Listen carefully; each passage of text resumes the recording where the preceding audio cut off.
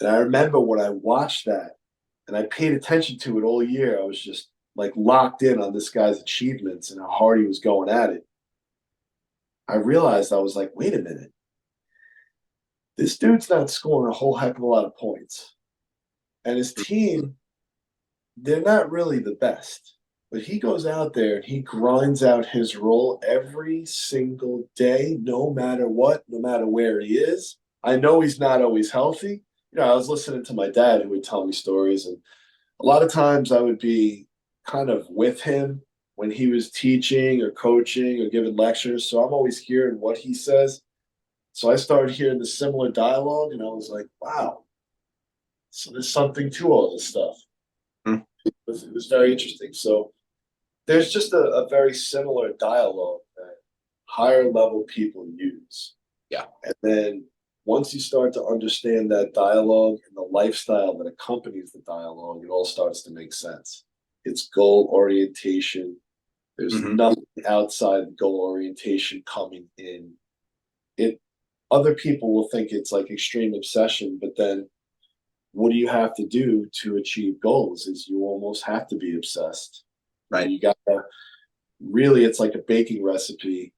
Nothing outside the ingredients can come in, or else you're going to completely change the outcome. That's the Yep. reason why there's the recipe.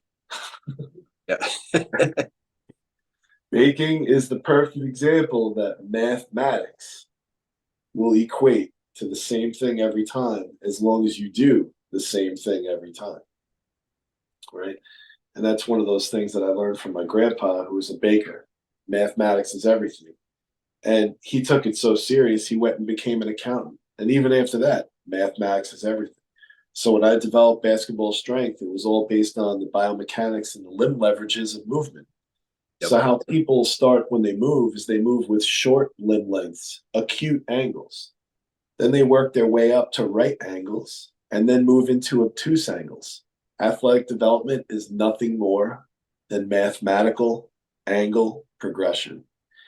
And nothing has been done to advance athletic development in an explosive plyometric sense since about 1972. The majority of the stuff is still being done the same. What I'm going to do this summer to kind of advance the game is show people what they can do in water. And no one's done it. And I just don't understand why Tweedledee and Tweedledum keep going on the same merry-go-round. So many kids that isn't this awesome how athletic high school kids are now? Mhm. Yeah. Like more than ever. And I probably educate more high school kids online, at least with my interactions, than I do coaches or let's say professional players. I'm so impressed by the development. But what I need to see is I need to see more intelligent training using water. I Yep. really do. Otherwise, what we're going to see is we're going to see a plethora of lower back and knee injuries in about 10-year time. Sure. Yep. It's not going to manifest at age 15, 16, 17. It'll start showing up at 25 and 30, you Mhm. know. But what we got to get is more education into kind of like a streamlined standard where instead of the standard of care, we have our own standard that's kind of universally accepted as a responsibility of the self. And if the self doesn't know that, either me or you or somebody in the crew could just kind of lend a hand, like, this is what you need, just go do the work, come back when you're ready. That way, we're all on that same page. We kind of help one another with our illnesses and how to find our way out. I think most of our illnesses can be taken care of, man.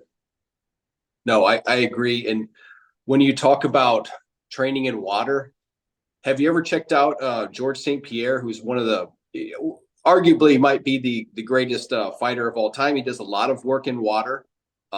He developed a lot of different training styles that people didn't agree with. Like when he would train, he would say, "I'll go hard for 25 minutes because that is the max my fight could be." And then after that, I'm working on technique. There's no reason to go hard for more than that. And he does a lot of his stuff in water.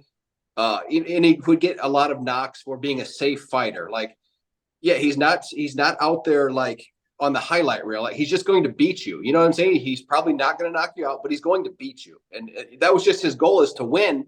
And he got to it the way he wanted to get to it, the safest possible, the best for his body.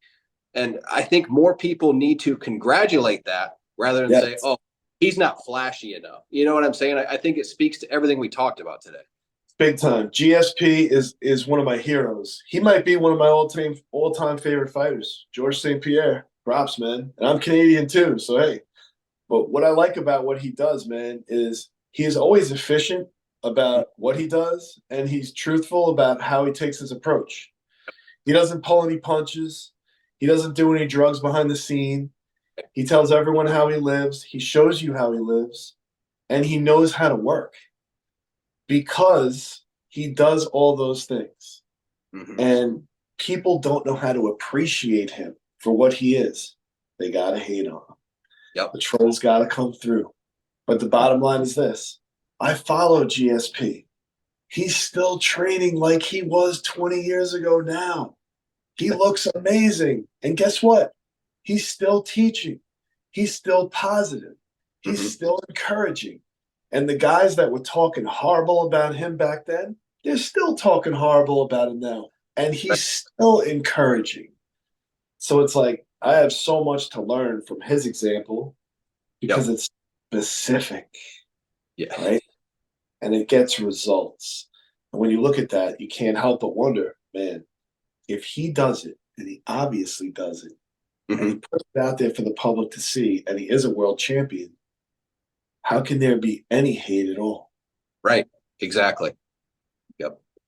Because I look at it and I just immediate like, like if I see anything, like it's automatic appreciation.